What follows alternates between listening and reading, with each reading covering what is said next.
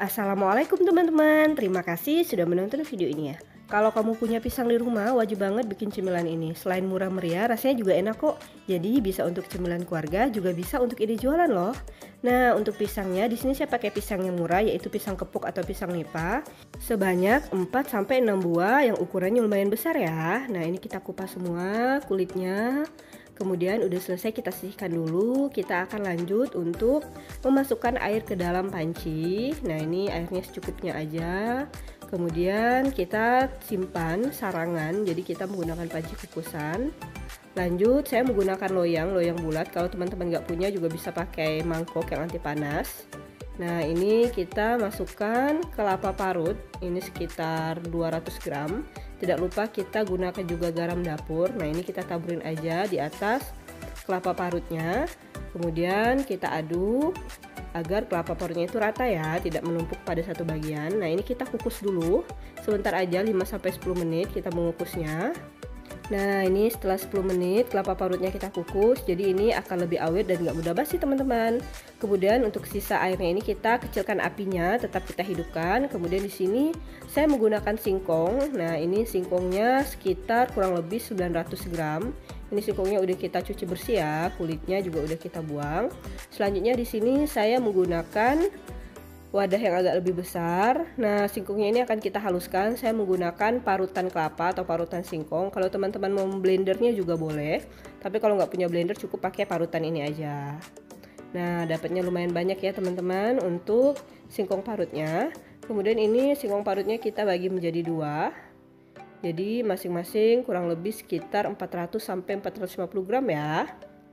Nah, setelah kita bagi dua, saya ambil mangkok. Nah, ini kita ambil 2 mangkok kaca. Kemudian tadi singkong yang udah kita pisahkan kita bagi dua, kita masukkan masing-masing ke dalam mangkok. Jadi per mangkoknya ini ada kurang lebih 400-450 gram ya, isi singkong yang sudah kita parut.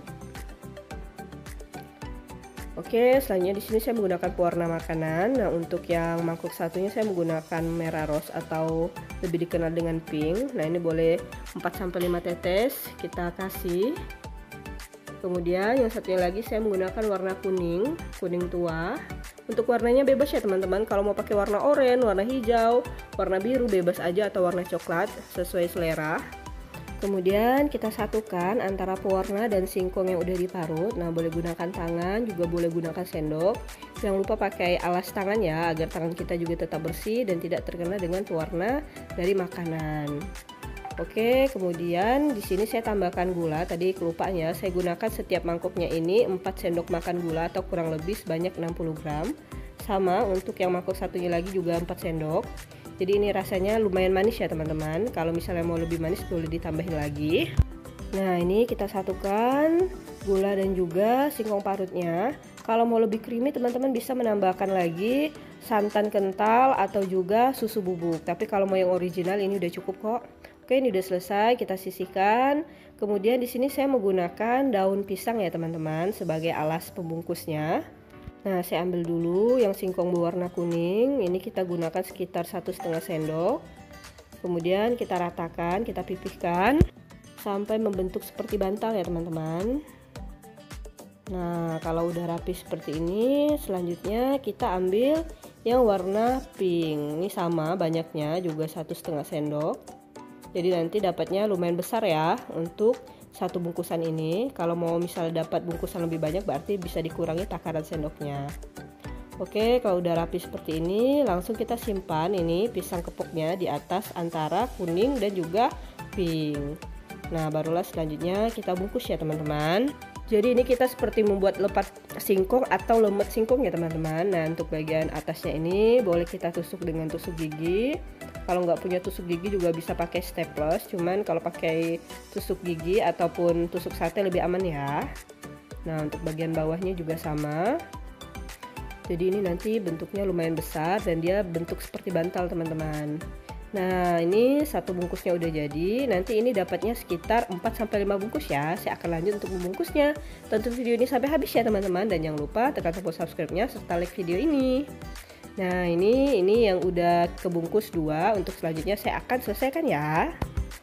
Sekarang kita akan mulai memasak. Nah, ini tadi panci kukusannya, kita kecilin apinya aja tadi, kemudian langsung kita masukkan.